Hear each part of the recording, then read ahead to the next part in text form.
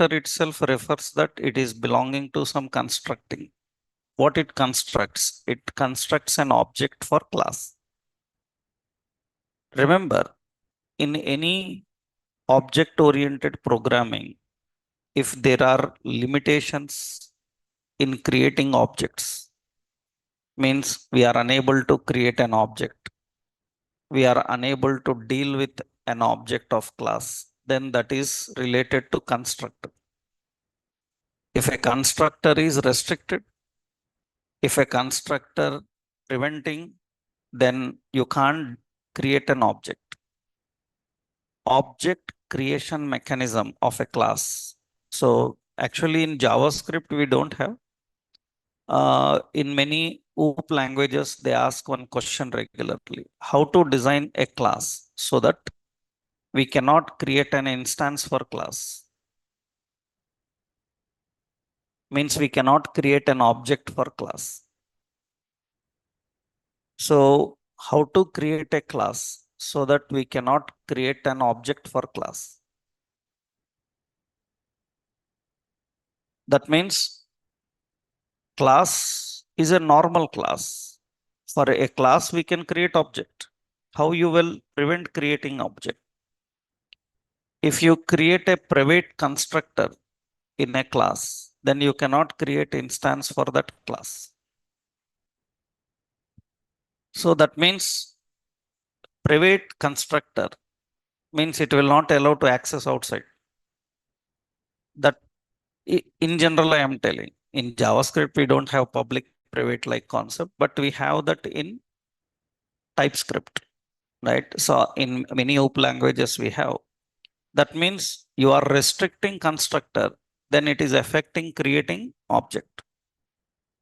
Object creation mechanism is handled by constructor. Actually, constructor is the name of a design pattern.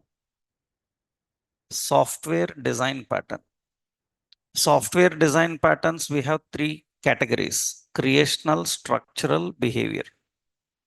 In software development, we have 23 design patterns. We call them gang of four design patterns: singleton, abstract factory, single call. All these different are there. Iterators, all. Even events use a design pattern called observer, I told you. So constructor is also a design pattern. It is related to object creation mechanism. So it is responsible for creating an object for class. So every class have a constructor. So every class have a constructor implicitly.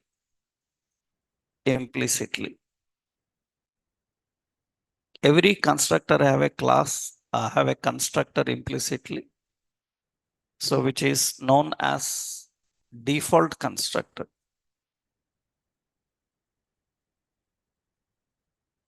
We call it as a default constructor. Its responsibility is creating object for class. So here in JavaScript constructor is anonymous type. Is anonymous type defined using constructor keyword.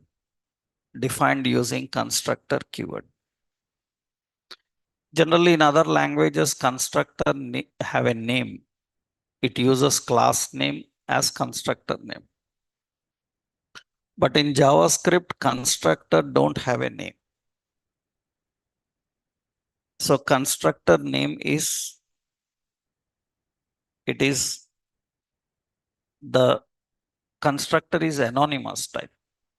That means syntactically we have a class name and we have a constructor.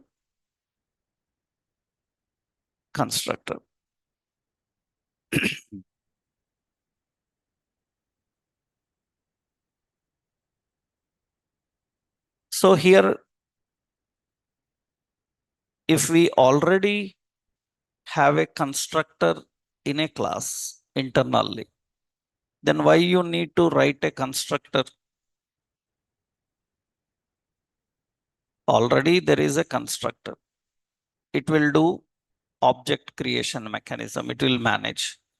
Then why you need a constructor to write explicitly?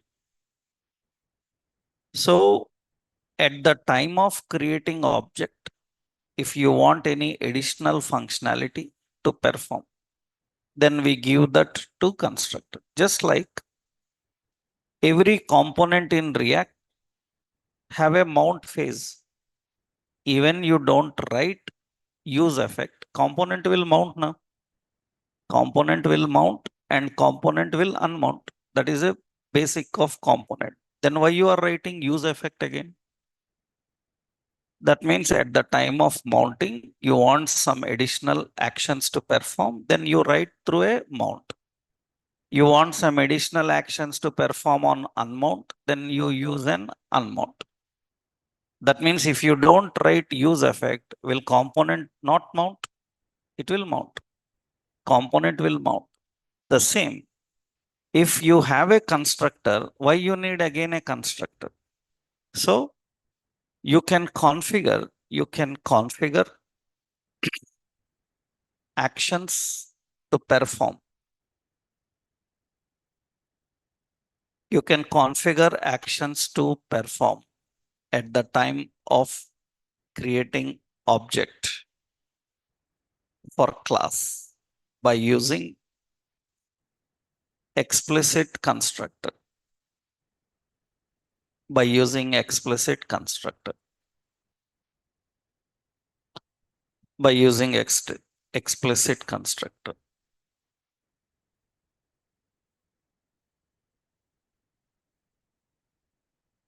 So you can configure the actions to perform at the time of creating object for class. And usually constructor is a special type of subroutine. It is a special type of subroutine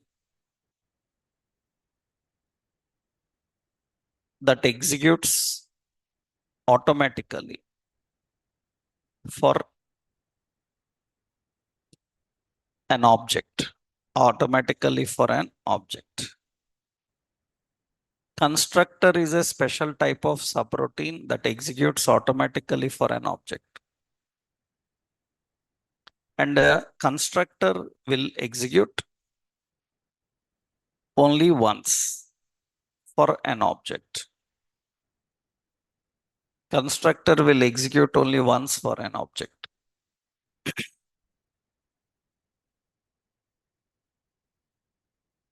And you know that JavaScript constructors cannot overload. They don't support overloading constructors and all. Here limitations are there. It is not like the constructor in other OOP languages. We can't overload the constructor.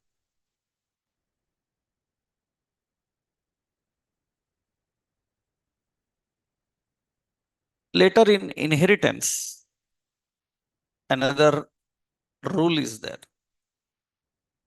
What is that? We will see what is the rule actually. So, but here I will show one example. So what is the concept of constructor? So we are having a class, just roughly first I am explaining here. We have insert and we have delete. So we are creating a class database. This database class have a insert method and it will perform record inserted. And a delete method, it will perform record deleted. Okay, now what we need to do is we are writing a function insert click. On insert click, we will create an object for the database class. And through that object, we will access a method called insert. Similarly, we have a function delete click. And we have an object for database class and object dot what delete. Now, what is the concept here is we have two actions performing on a database. So we have some database and we are handling two actions. One is insert, another one is delete. Now, when you click insert, an object is created for insert. Through that object, it should insert. But in order to insert, this object needs one more concept. This object is currently managing insert. But before insert, it needs one more action, that is connect. Before insert, it should first connect with the database.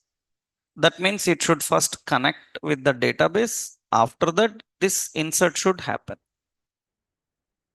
That means object have to connect before inserting. Object have to connect before deleting. That means delete also have an object, but this object is doing only delete work. We want this object to perform. So to perform one additional work, what is that additional work? Connect. And after connecting, after connecting, we have, after connecting, it should delete that from the database. That means this connection job should be done by object before it inserts or before it deletes. Then who will do this job? If you give this job to a method, that means you created a method for connection. Then for every object, you need to call two methods. One method is what? Connect. Another method is what? Insert. If you want the connection mandatory before insert or delete, now you can give this job. You can give the connect job to a constructor. When you give this job to a constructor, what it will do? At the time of creating object of class, it will perform the connection. While creating objects itself, it will connect. You need to just additionally perform one operation. What is that? Insert. That means the concept of the constructor is to define actions at the time of constructing object. While constructing itself, it should connect so that I can do other operations. If I give this job also to a method, then for every object, I need to call connection first. After that, I have to insert. I don't want like that. I want connection to be performed automatically, internally, whenever object is created. Just we need to manage only insert or delete. Then what we will do is we will give this connection job to a constructor. JavaScript constructors are created using constructor keyword and it is anonymous and it will perform document.write. What is it? Connected. So it will perform connected with database. And after connecting with the database, that means this work is given to constructor. So now you don't need to call the constructor because actually what is this class name? That is the class name. Why you are writing class name with a parenthesis? That is the signature of a function. That is the signature of a function. Why you are writing class name with a parenthesis? Class name is database. Why you are using a parenthesis for class name? It is a function like signature. Why you are writing class as a function? Because actually this is not that concept actually. What is the point? Database is a class. So that means we have a class. What is the class? So we have a class. Database is a class. In this class, there is a anonymous function. Anonymous function is constructed. You know that. How we access anonymous function? Anonymous function is accessed with a parenthesis. And what is this mechanism called as? You call an anonymous function immediately after the function. Then this mechanism is known as, in JavaScript, we call it as IIFE. In JavaScript, it is known as IIFE, immediately invoking function expression. That means anonymous functions are immediately invoked after that specification. That means database is the class memory. In that class memory, there is an anonymous function. Usually we invoke anonymous functions immediately after the memory. And that anonymous function invoking is called as IIFE.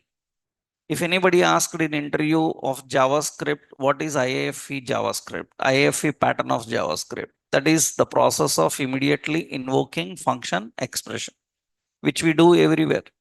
In callbacks, we do, in arrays, we do, immediately invoking function expression. For example, means another sample I will give here before going into this. For example, you know that suppose we have a, in JavaScript, you know, we have a function and there is no name. Document dot write, suppose I am anonymous, right? This is anonymous function. How you will call an anonymous function? First, this anonymous function must be enclosed in a parenthesis.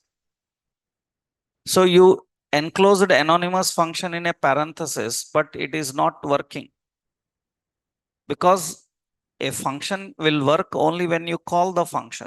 That means it is empty currently, it is not working. Then how you call the anonymous functions? Immediately invoke after expression. That means IIFE. Immediately invoke after the expression. You can't invoke somewhere else. You have to invoke immediately after. This mechanism is called as IIFE. So this is immediate invoke function expression. You see, now it is going to execute that. Anywhere anonymous is same. For example, not only here, that means I will just give you a point about this roughly. So this is an syntax for what? Anonymous. This is an syntax for anonymous function. Just rough point I am giving. But this is not related to class, because class, before class itself, you know all these anonymous functions. Expression, function expression is also anonymous. That means what we do, suppose here we are writing var hello is equal to, it is having a function, and document dot write, it is hello, hello JavaScript. Now what is this hello? Hello is not a function. Hello is a variable. In that variable, there is a function. Hello is a variable. In that variable, there is a function. Then usually how you call it? How you call it? So we have to use hello. That is the variable name. In that variable, there is an anonymous function. Then we use immediately invoke function expression. That means this is nothing but invoking the anonymous. Invoking the anonymous. Then it is going to execute and show. Function expressions are invoked by using this mechanism. Immediately invoking the function expression. Not only here, for example, we have a variable values is equal to array. In array, we have 10, we have a, and we have a function. In this function, we have document dot write. So welcome to JS, something like this. Now, how to access the function inside array? How to access the function inside array? That means what we do? Values of index number is 2, because at 0 we have 10, at 1 a, at 2 there is a function. Then how to invoke that function? Function don't have a name. Function don't have a name. Then we invoke with a parenthesis. So immediately invoke the function. So that means what it will do, it is going to execute welcome JavaScript. That means how we access anonymous functions anywhere by using IIFE pattern. Anywhere, same concept, right? Even a function, for example, we have a function hello. This function is returning a function.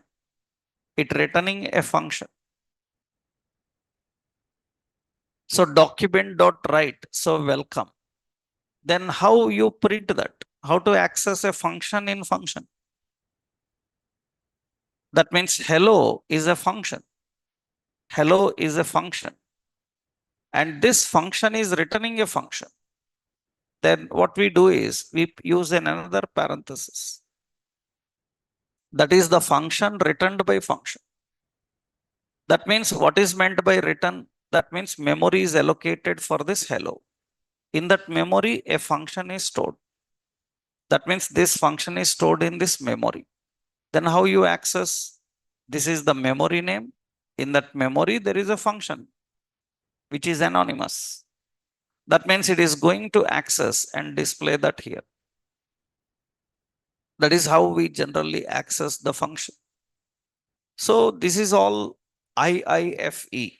We call it as IIFE in JavaScript.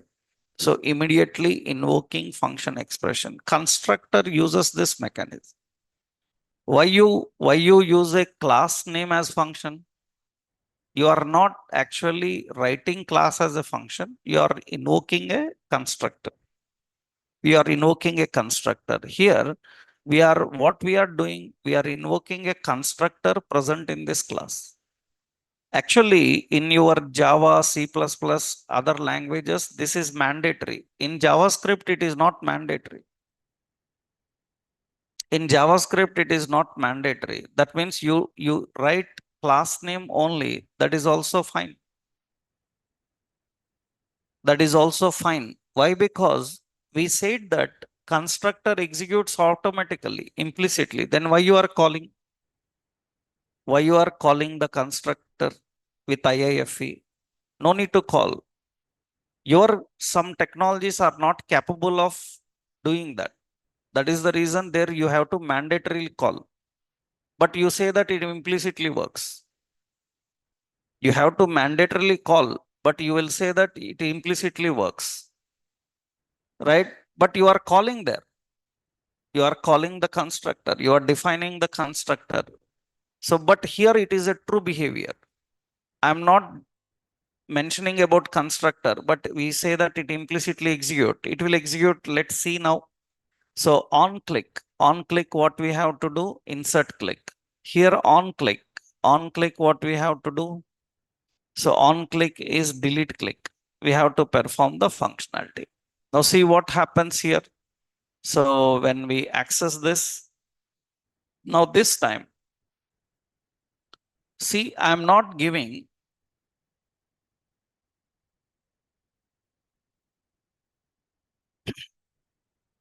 So I'm not giving the parenthesis for the constructor. I'm not giving any parenthesis for the class name. but still insert will work. That means the constructor will execute, and after that, your action. You say delete, constructor will execute, then delete it. That means you are calling only the method, but constructor is automatically executed. So in your other programming languages of OOP, many times this is not supported. You have to call the constructor, you have to mention. In JavaScript, it is not required. It is required when a constructor is expecting parameters. If a constructor is parameterized, it is expecting parameters, then you have to mention, otherwise not required. In JavaScript, it is not necessary to mention a parenthesis beside the class name if the constructor is not parameterized. If constructor is parameterized, then we pass the parameters into it. So that means here the constructor can be parameterized. It can have DB name. You can have multiple parameters, rest parameters, spread, everything it will support. Now this DB name I will use here.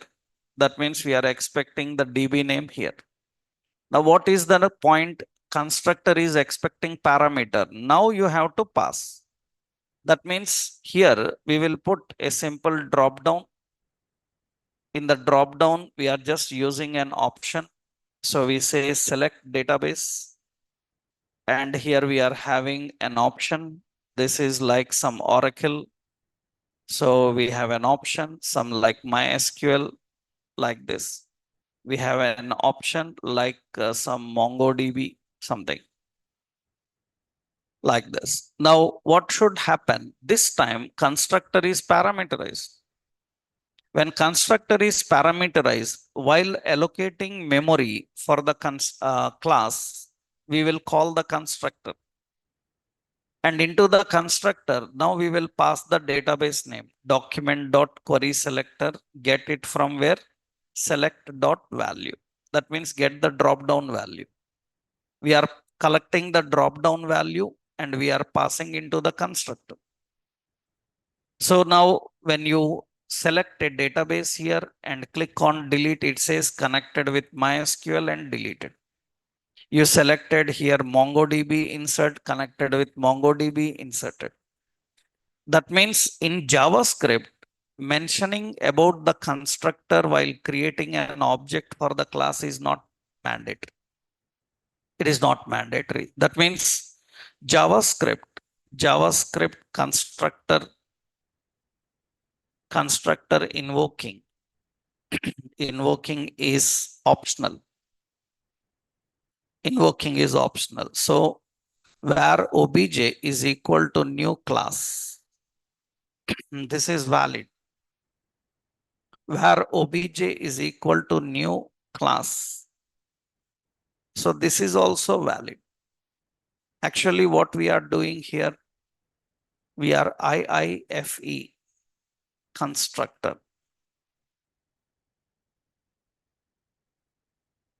So immediately invoking function expression, a function expression.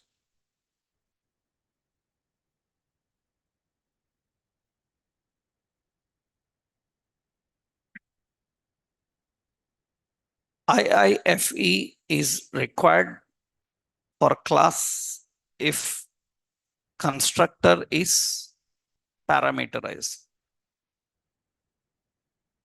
If constructor is parameterized, then it is mandate.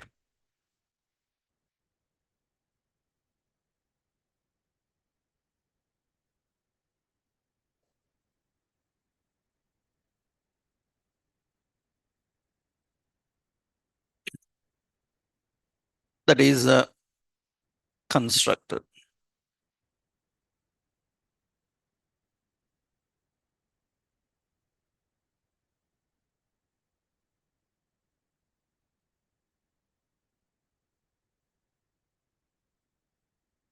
Right.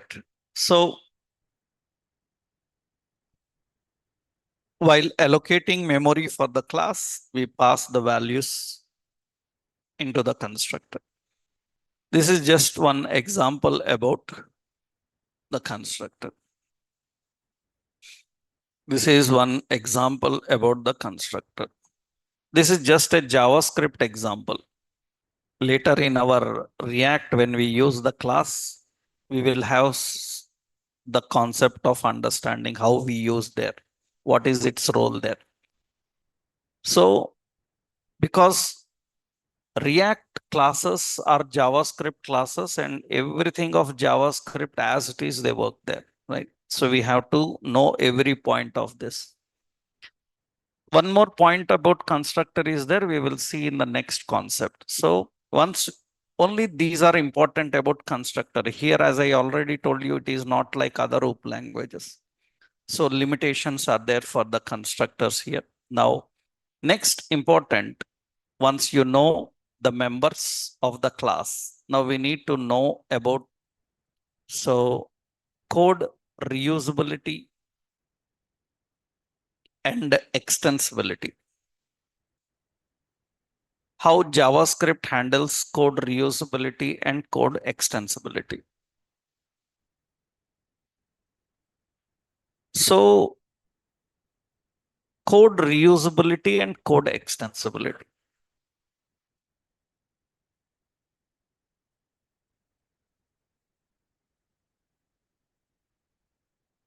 So every application, so every application have to follow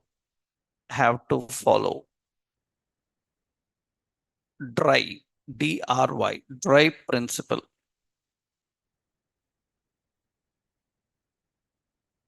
Every application have to follow dry principle. That is the basic rule in software designing. What is dry principle? Don't repeat yourself.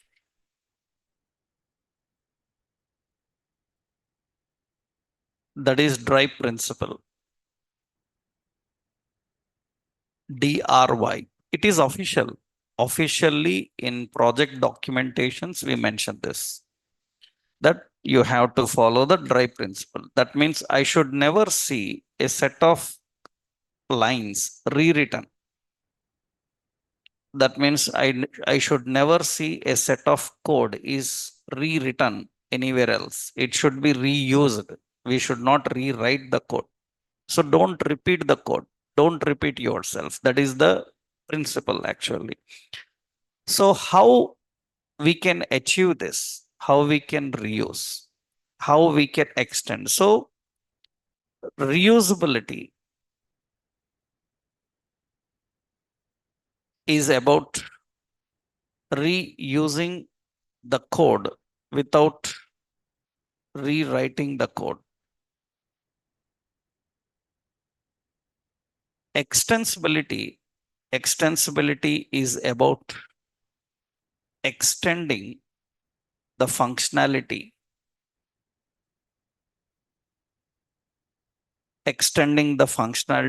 without disturbing the existing.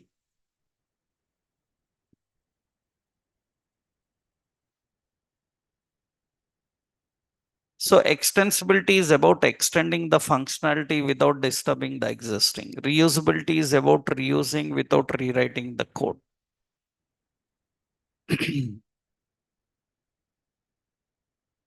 So how we can achieve this? So you can achieve reusability and extensibility using two techniques. We have aggregation,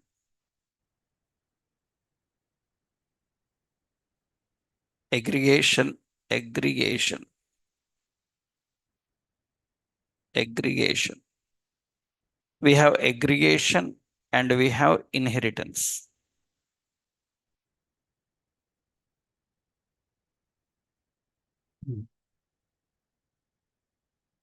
We can achieve reusability and extensibility with aggregation and inheritance. So we have aggregation and we have inheritance.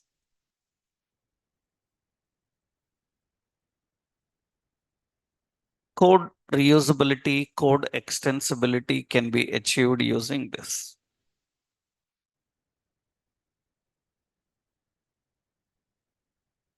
What is this aggregation and inheritance? So let's see one point here. So why you need this reusability and extensibility means what is the concept behind this? For example, just like here, I defined here, we are creating a script, a simple class I am defining. This class is suppose some HDFC. So bank and version one. That's a class. In this class, we have a property personal. So which is personal banking, banking services. So that is personal banking services, savings, current, something like this we are using. Okay, next we are having a print method which is going to print those details. Document dot write. It will print. So here this dot personal. It is going to print the details of that. Now you have a app version 1 with one service called personal banking. We have one personal banking related option. Now, after few days, we want to add a new feature into it, some NRI banking. Now, how you will add a new feature into it? In reality, what we do is we prefer creating another version. In that version, we will add the new feature. We will add the new feature. Why we don't disturb the existing version? Why we create a new version? You are learning so many softwares. Why a new version is released? Why they don't modify the same? They say just Java. Why Java 1, 2, 3, 4, 5, 6, 7, 8, 9, 10, 11? In that one Java, do modifications every day, every time, and give it only Java. Why Java 8, Java 9, Java 10? Why versions? Why we need to build versions for a software? Why can't we directly modify it and give it every time? What do you say? Question understood? That means I want to add a new feature, add into the existing one. Why you are developing a new version for that? Why you are giving 1, 2, 3, 4, 5, 6 versions? So give only one. Java, Java, .NET, .NET. Modify every time, give. Why can't you do that? Why you are developing new version again? So why we need to develop a new version? What is the concept of developing new version? We have to develop new version to achieve a concept called to achieve the concept of backward compatible. Backward compatibility. Multi-versioning actually, multi-versioning is to achieve backward compatibilities. That is the aim of developing a new version, not to disturb the versions. Why? Because backward compatibility means, for example, the best example is what you have done is in your PCs, you are using Windows. Now, Windows latest version is Windows 11. You may be still using Windows 8 or 10. If I ask why you are not using latest, latest version is 11. Why you are not using latest version? Then you can ask me again, like, why should I use? Then I will tell you, we have some new features. You can use them. Then you will say, I don't want those new features. Already I am okay with what I am using. That means even you give some advanced features, the users may not want those features. Users cannot use those features in different situations because you developed a new feature, and to use that new feature, I need more memory. I need more internet connection speed. If it is web application, I need more. And if I don't have that, then I am satisfied with the old one. For example, how to attach a file in a email. In a email, how to attach a file. You can drag and drop, it will attach the file. Am I right? You can drag and drop the file, it will attach the file. Or you have to click attach button, select the file, upload the file. If drag and drop is very simple, why you give an again attach button? Everybody can drag and drop, na? Why you have given another facility like open, select file, attach file? Why you given the second facility?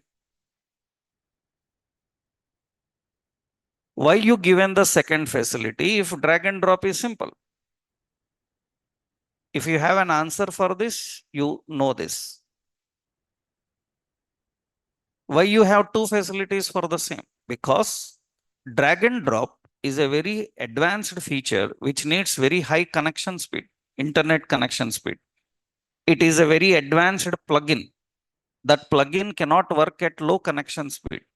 If your internet connection speed is very slow, then they will identify that you can't drag drop. They will say that use an alternative way. That means you are saying that I developed one feature, it can be used only by the people who have high connection speed. No, you should provide an alternative. That is the reason why all the softwares are multi-versioning now. Multi-versioning means even an advanced version available, old version also works. That means you built in an advanced, means you are using an advanced version, you can build with old features also. In advanced version, you can use just old features also. That is the concept of backward compatibility.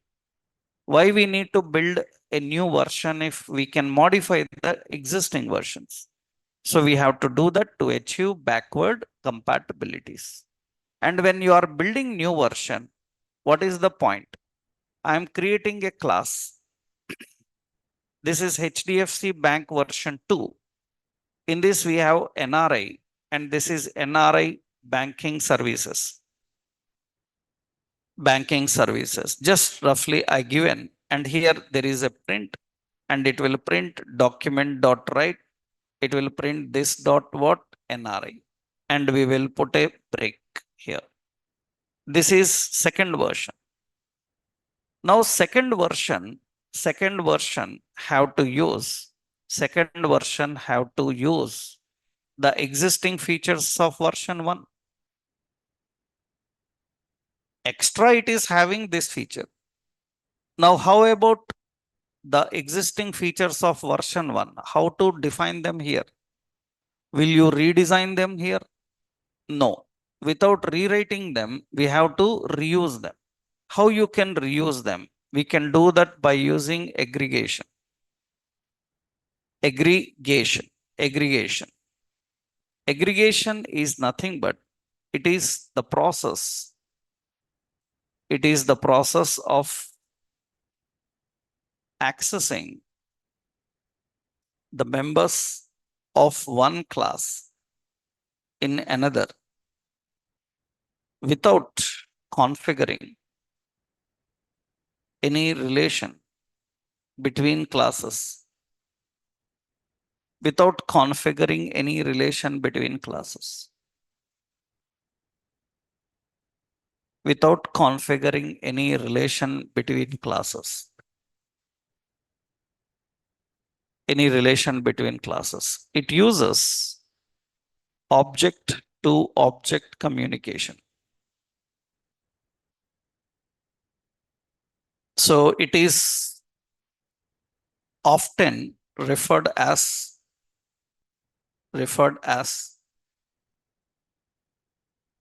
has a relation. It is often referred as has a relation. So object to object communication and has a relation. So without maintaining any relationship between classes, we can access the members of one class in another. That is called aggregation.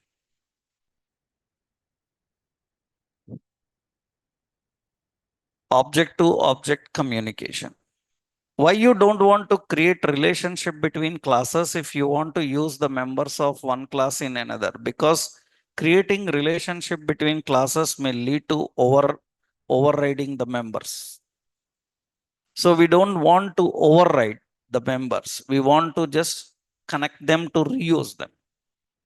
In that case, without configuring the relationship between classes, we can handle this. How it is possible? So now what we are doing is this version 2 have to use the members of version 1. Then what we will do is in version 2 print method, we will create an object for version 1 class. And through that object, we can access the print, which will access the members of first class.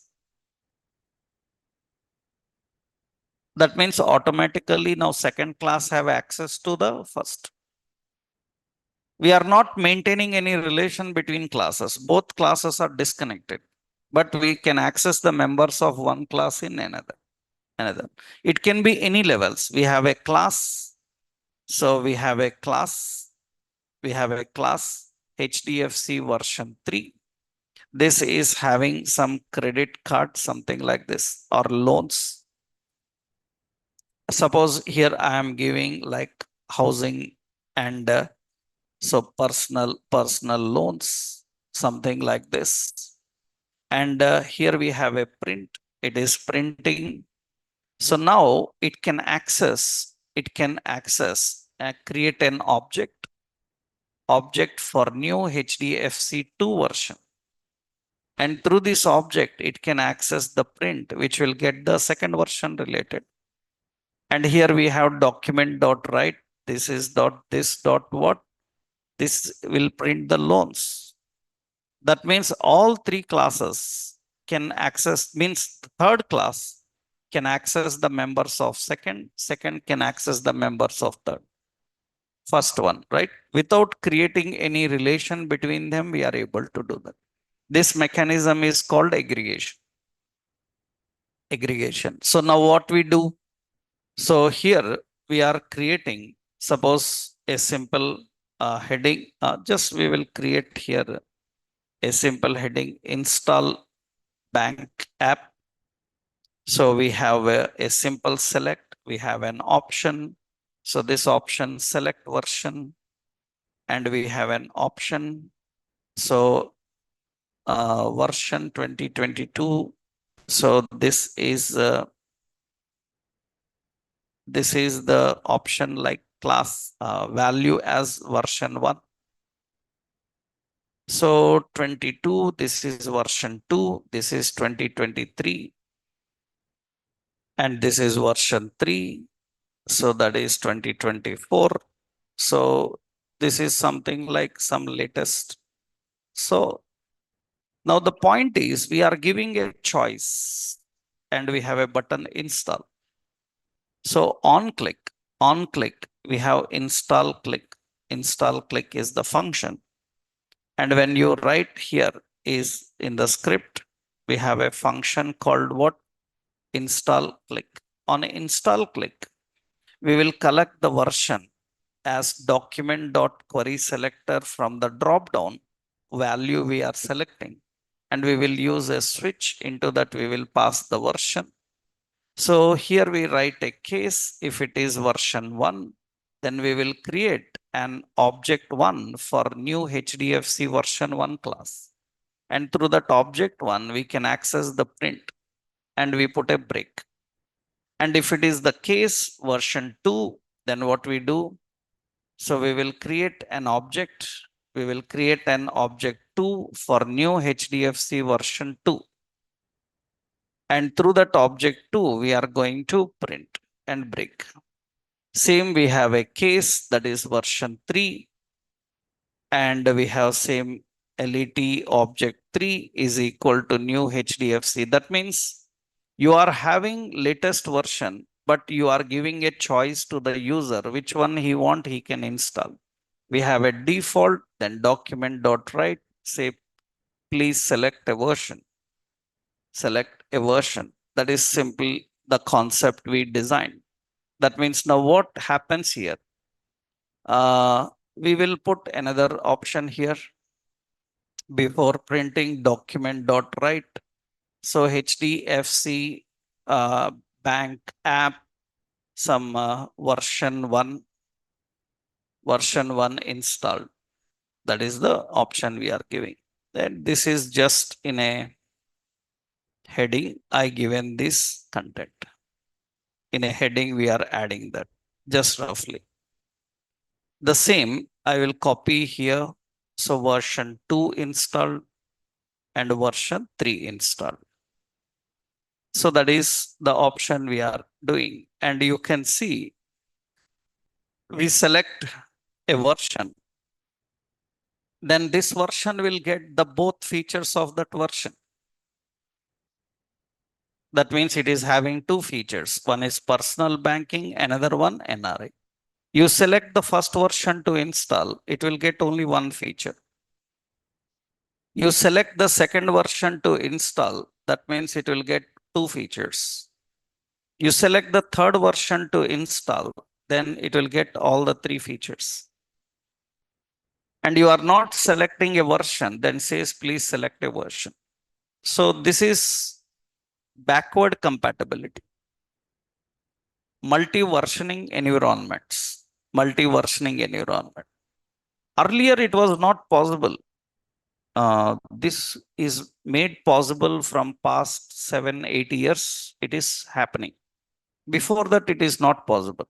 I don't know from how many years you may be using your laptops or computer technologies. But earlier, do you know, suppose I install one software and I want to install a latest version, then it overwrites the old version and installs the new. But do you know now we can have both versions? Keep the old version and add the new version. You can use which one you want. That's not possible earlier. Earlier, it is not possible. Operating system will not allow multi-versioning. Actually, Windows like people made it possible from Windows when they started building Windows with a .NET framework. Earlier, Windows was built without .NET framework. Without .NET framework, Windows is built with .NET technology. Windows operating system uses .NET, Visual C++, .NET, Notepad, WordPad, MS Word, all these are designed with .NET.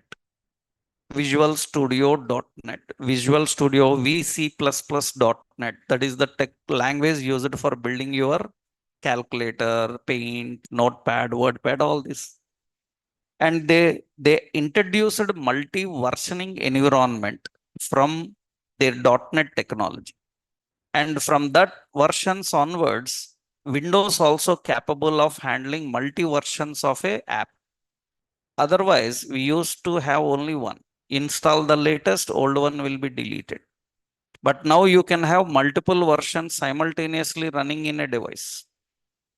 That is the reason your operating systems are capable of using that. Otherwise, not possible, right?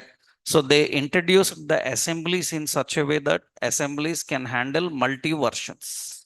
That is related to assembly. So that's a big concept related to building of operating assemblies and all. Actually, in the operating systems, you will find So in the program files, yeah, this is the program files. These are all the program files actually. These are all program files are related to assemblies. So later I will tell you when you open these, any software assemblies will be there. In that means so much complex. These are called DLL files, dynamic linking libraries, DLL. So your app depends on these files. If you delete the file, app will not work. Right? These are the files actually. And previously, what we used to have is we install a latest version. This old DLL will be replaced with new. That means old version gone. But now what it will do is it will add a new version of DLL. Keep the existing DLL and add another DLL. Two DLLs for same app. So old version uses old DLL and new version uses new DLL. That is all related to operating system building and all actually, but that's just an overview I'm giving. Multi-versioning is a new challenge for softwares and many technologies successfully implemented now. Java is also not multi-versioning earlier. .NET is also not multi-versioning earlier. They made it possible latest. They made it possible. That means you can build apps in multi-versioning environment, which is not possible in all technologies that are you are currently learning earlier. You are currently whatever technology is learning earlier also we have them, but they don't have multi-versioning capabilities. What is the advantage of multi-versioning? Achieve backward compatibility. And how you achieve this? Through aggregation. There is another technique. Without aggregation also we can do that. This is example. I will copy this example for aggregation. There is another one. Without aggregation, we can use inheritance. Inheritance. It is the mechanism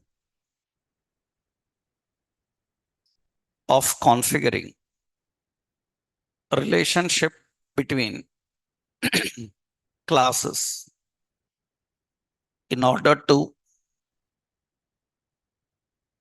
access the members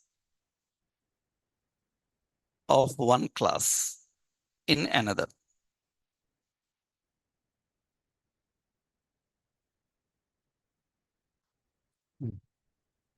A new class can inherit existing class. New class is known as derived class. Existing class is known as superclass. We call it as a superclass or base class. Here we call superclass. Derived class extends superclass. So syntactically,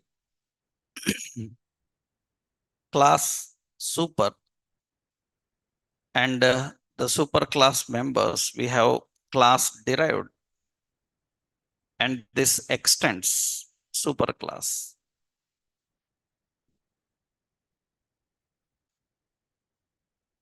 This mechanism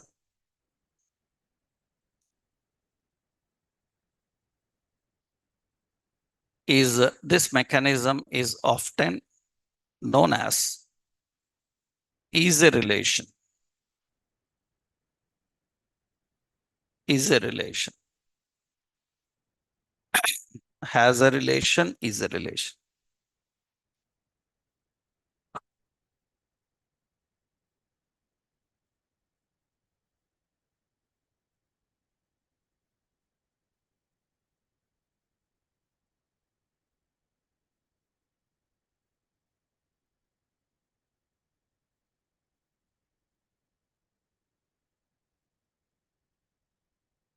Is a relation. So the members are accessible. The members of superclass are accessible to derived by using super keyword. By using the super keyword, we can do that.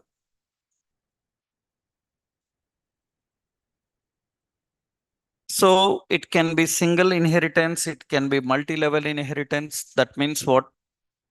If a derived class is again derived, it is again extended, then we call multi-level inheritance. Inheritance is extending. It is reusing and extending the code. So the same thing we can achieve by using inheritance.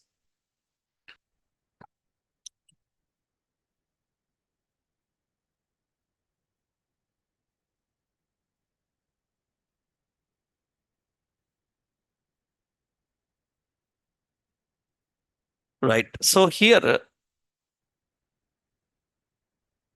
how this works, we will see. That means how it is going to handle. Same example, we can replace. So that means let's remove. Let's delete this. That means what we are doing is the version 2 is not having an object for version 1.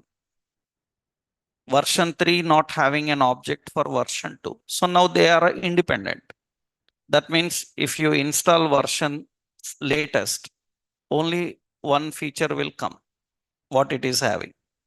I want it to use version 2 and 1 features also. Then what we have to do now? So this version 1, this version 2 extends HDFC version 1. It extends HDFC version 1. When it is extending HDFC version 1, in the print we can access super.print, which will access the base class print method. That means without creating an object, we can access the members of one class in another class. So same version 3 extends version 2. Then the two related print method you can access using super.print. That is the second. Now the same thing is achieved here. Version 1, you will get only one feature. Version 2, you will get 1 and 2 features. Version 3, you will get all the features. The same. But this time, we are not using aggregation. We are using what? Inheritance. Inheritance.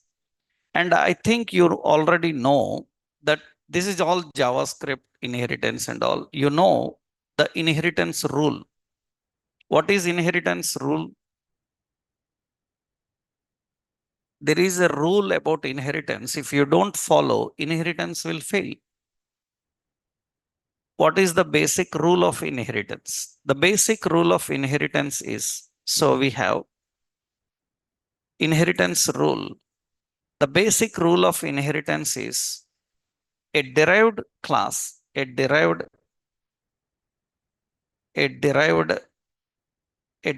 class constructor must call superclass constructor.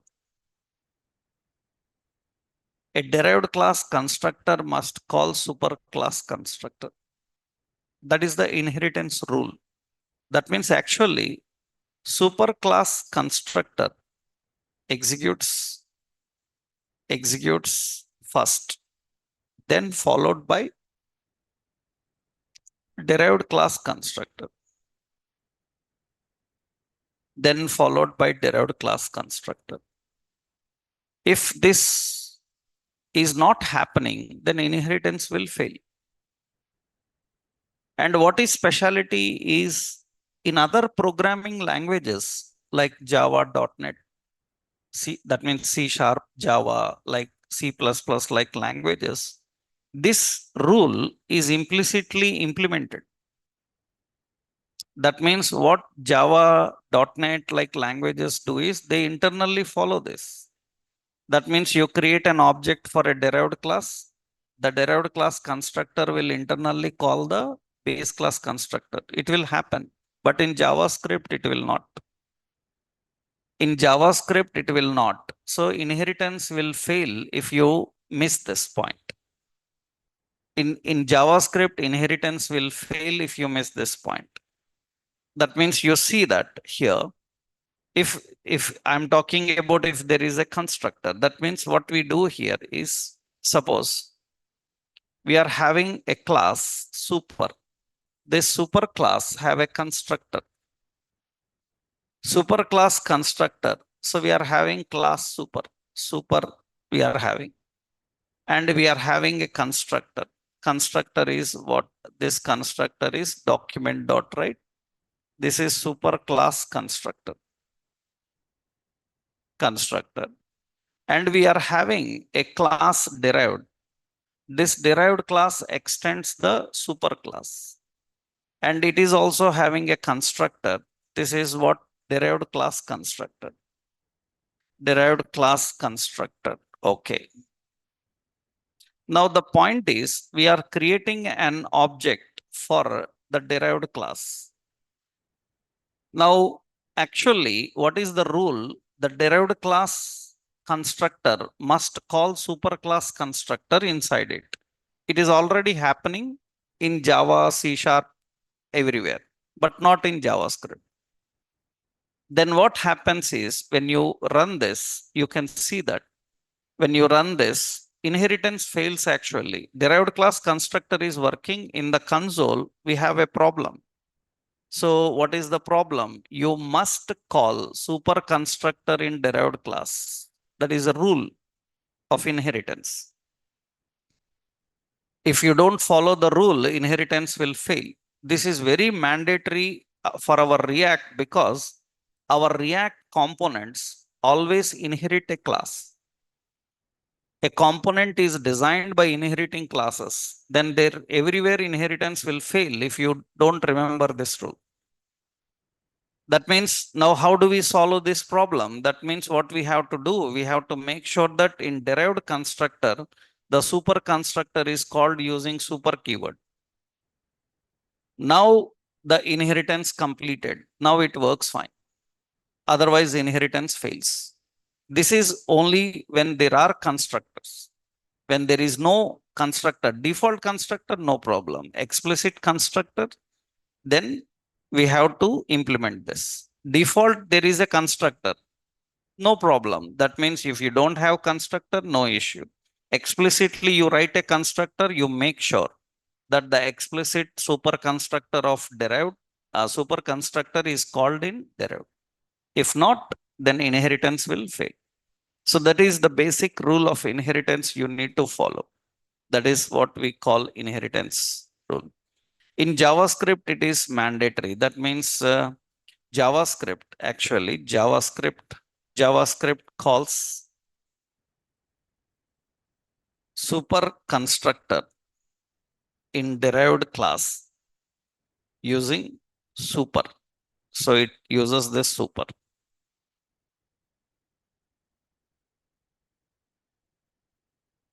It is mandatory to do that.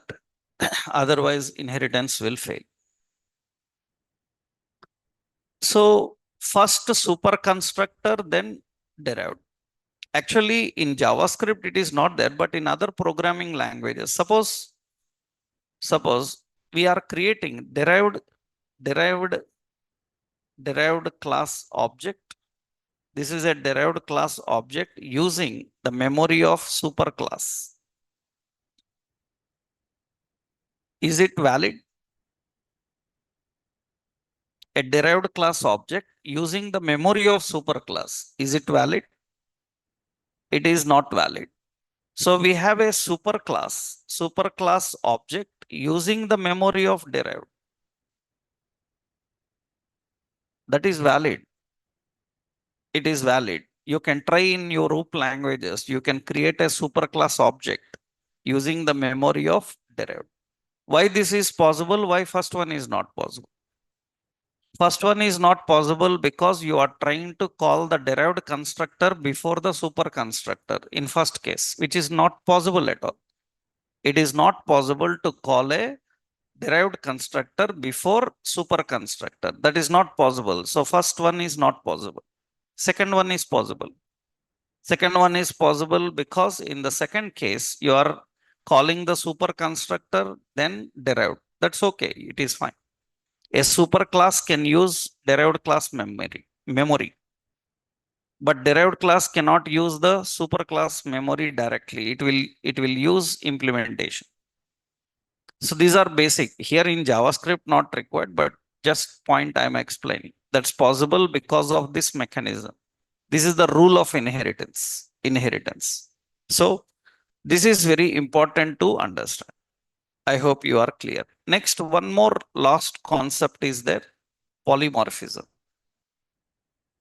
This we will see in next session and we will finish this. This is just a small topic in here how it works in JavaScript. Then in the next session, Monday, we will start using this all knowledge of classes in React. Now we will build React components using classes.